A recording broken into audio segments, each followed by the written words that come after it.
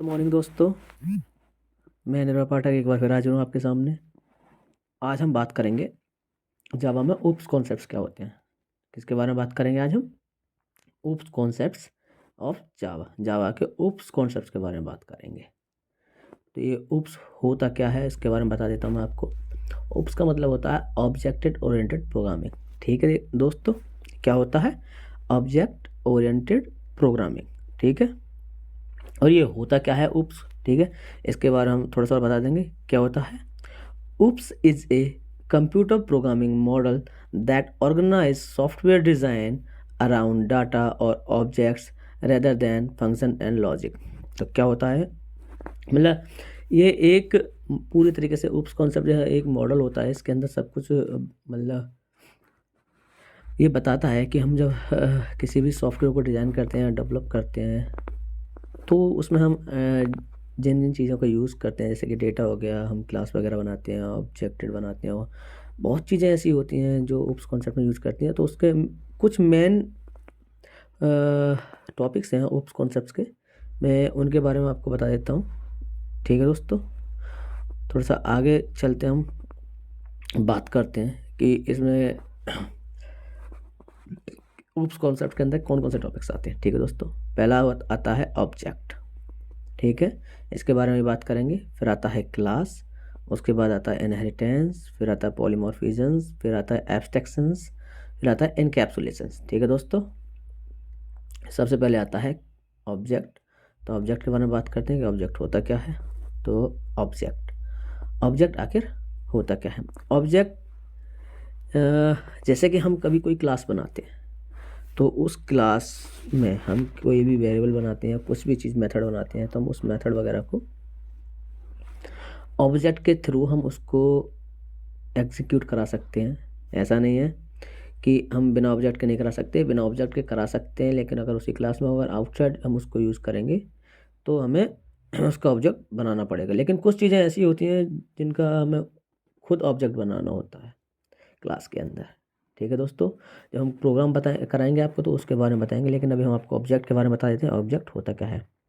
Any entity that has state and behaviour is known as an object.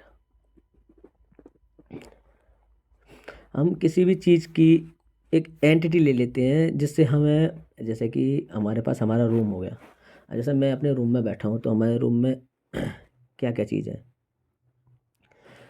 Chair है, table है, पंखा है, light है, बेड है।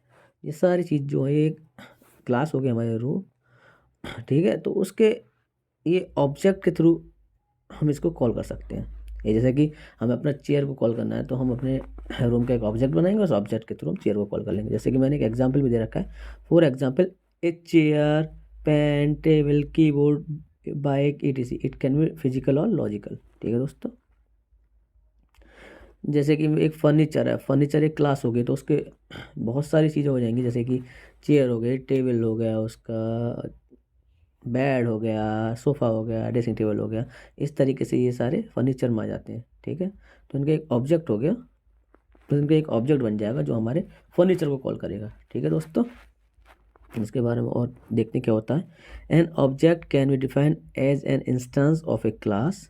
An object contain an address and take up the some space in memory. हाँ, ये object जो होता है वो हमारी क्लास का एड्रेस कंटेन करता है, और एक मेमोरी में स्पेस भी लेता है। जो हमारी मेमोरी होती है उसमें ये स्पेस लेता है। Object can communicate without knowing the detail of each others data और कोड। हाँ, ऑब्जेक्ट कम्युनिकेट कर सकता है एक दूसरे का डेटा जाने बगैर, क्योंकि ये उसको कॉल कर लेगा, लेकिन ये ऑब्जेक्ट के थ्रू हम जिस चीज़ को कॉल कराना चाहेंगे ये उस चीज़ को कॉल कर लेगा। जैसे कि हमारे रूम में बहुत सारे सामान रखे हैं, हमने रूम का कोई ऑब्जेक्ट बना दिया, उस ऑब्जेक्ट के थ्रू हमने चेयर को कॉल कर लिया।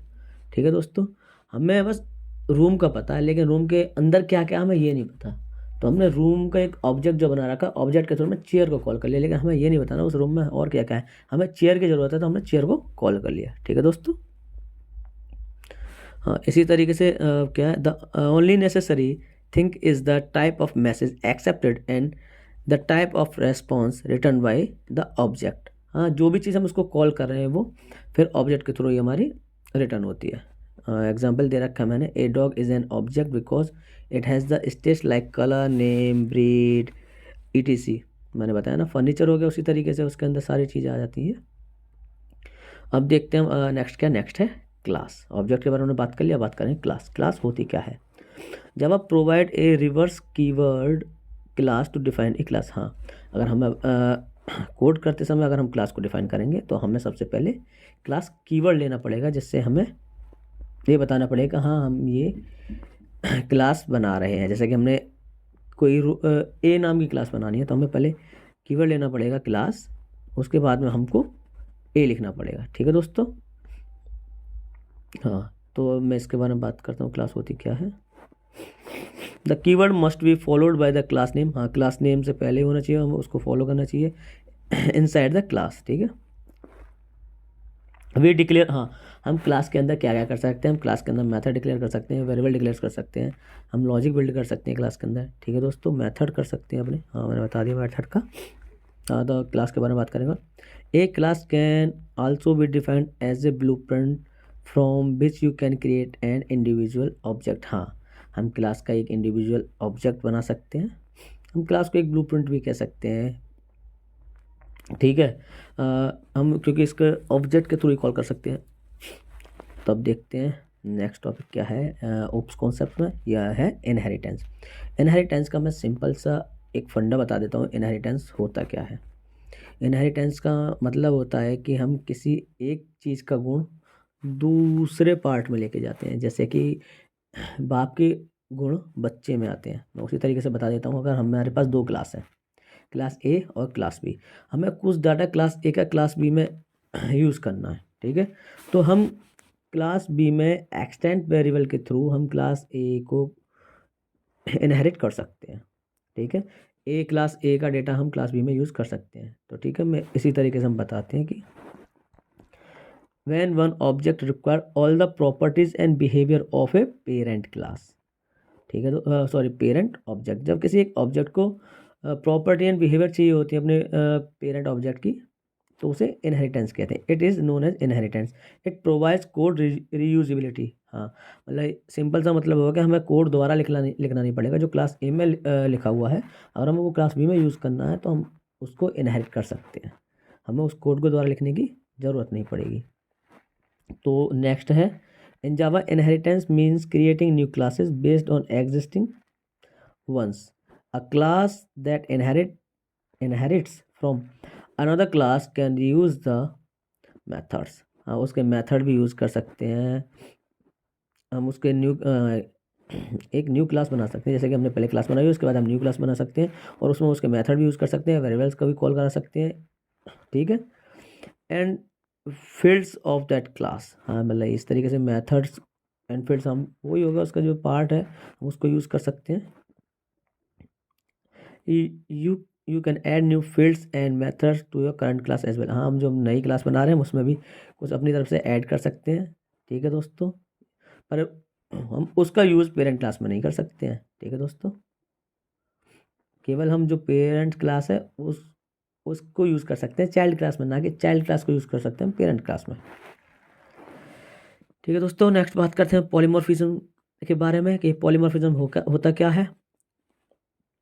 हाँ, हम सीधा सा बता देते हैं कि जब कोई एक टास्क अलग अलग तरीके से परफॉर्म किया जाता है तो उसे हम पॉलीमॉर्फिज्म कहते हैं। ठीक है, a one task is performed in different ways, it is known as a polymorphism.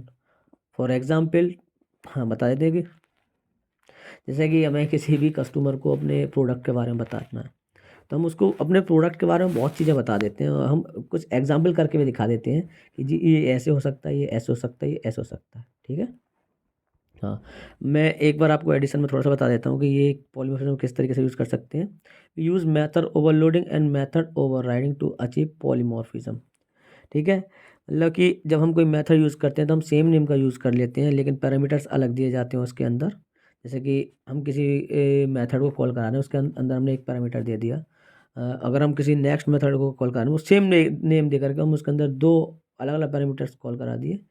उस तरीके से यूज़ करते हैं जब हम कोई सेम नेम के मेथड यूज़ कर सकते हैं। ठीक है, तो मैं आपको जब method overloading and method overriding बताऊंगा ना, तो मैं उसमें आपको ये सब पूरा क्लियर कर दूंगा। मैं सिंपल अभी पॉलीमॉर्फिज्म के बारे में एक ना बता सकता हूँ, जब हम किसी एक टास्क को डिफरेंट डिफरेंट वे में यूज़ करते हैं तो उस प्रोसेस को हम पॉलीमॉर्फिज्म कहते हैं। ठीक है दोस्तों, अब नेक्स्ट चलेंगे, हम नेक्स्ट बात करेंगे एब्स्ट्रैक्शन के बारे में। ठीक है, ये होता क्या है? एब्स्ट्रैक्शन होता सिंपली यही है कि जब हम कोई क्लास बनाई है हमने, हम उसके इंटरनल डिटेल्स को हाइड कराना चाहते हैं। ठीक है, तो हम उसमें क्लास से पहले हम इस एब्स्ट्रैक्ट कीवर्ड का यूज़ कर लेंगे। ठीक है, ये एक नॉन एक्सेस मॉडिफायर है। ये इसको हम मतलब एक क्लास का हम कोई भी डाटा अनदर क्लास में यूज़ नहीं कर सकते हैं। तो मैं एब्स्ट्रैक्शन के बारे में बता देता हूँ होता क्या है। Hiding internal details and showing functionality is known as abstraction. मतलब मैंने वही बताया आपको कि हम उसके इंटरनल डिटेल को हाइड कर लेते हैं और फंक्शनलिटी को शो करते हैं। उस प्रोसेस को हम एब्स्ट्रैक्शन कहते हैं। ठीक है दोस्तों, हाँ, अगर हम जैसे कि हमने एब्स्ट्रैक्ट कीवर्ड का यूज़ करके हमने कोई क्लास बनाई है, ये रहा एब्स्ट्रैक्ट क्लास। ठीक है, अगर हमने कोई इट इज़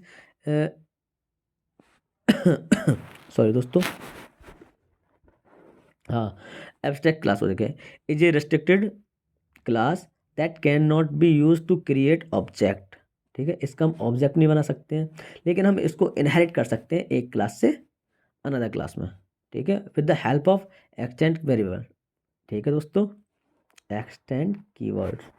हाँ, अभी एब्स्ट्रैक्ट इसी तरीके से जिस तरीके से हम क्लास बनाते हैं उसी तरह से हम मेथड भी बना सकते हैं एब्स्ट्रैक्ट का यूज़ करने के बाद।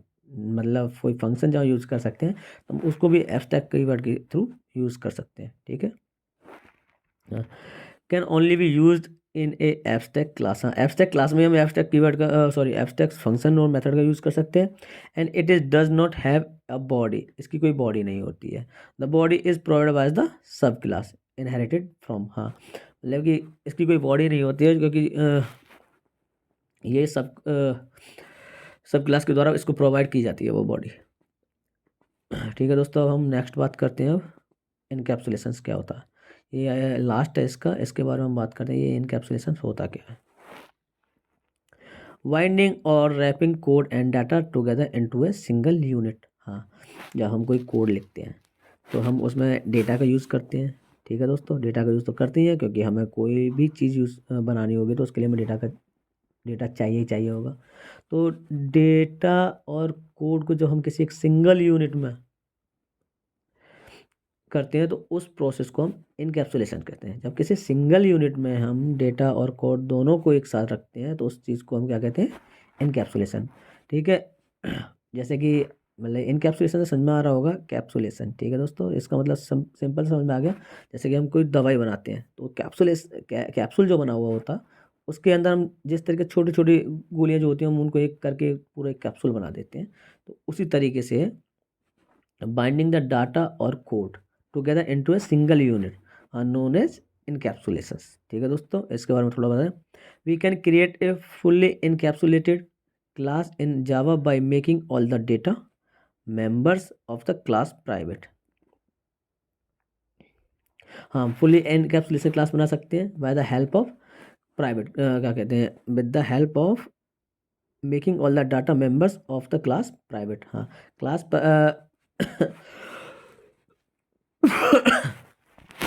क्लास को हम प्राइवेट कर सकते हैं। Now we can use setter and getter method to get and set the data in it. हाँ, ये चीज़ मेन है इसके अंदर, क्योंकि हम अगर हमें डेटा चाहिए, ये मतलब हमें डेटा गेट करना है या हमें किसी को डेटा देना है, तो हम उसके लिए हम सेट और गेट मेथड का यूज़ कर सकते हैं। उसके थ्रू ही हम इसमें डेटा का आदान प्रदान कर सकते हैं। ठीक है दोस्तों, आज की वीडियो में हम इतना ही रखते हैं, मिलते हैं आपसे किसी नेक्स्ट वीडियो के साथ। तो दोस्तों बने रहिए हमारे साथ इसी तरीके से, और अगर आपको वीडियो अच्छी लगी हो तो चैनल को सब्सक्राइब जरूर करें और वीडियो को लाइक करें। और दोस्तों कमेंट में बताएं कि वीडियो कैसी रही, और जो साथी आपके जावा पढ़ते हैं उनको भी ये वीडियो भेजें और उन्हें भी बताएं। ठीक है दोस्तों, धन्यवाद आपका बहुत बहुत।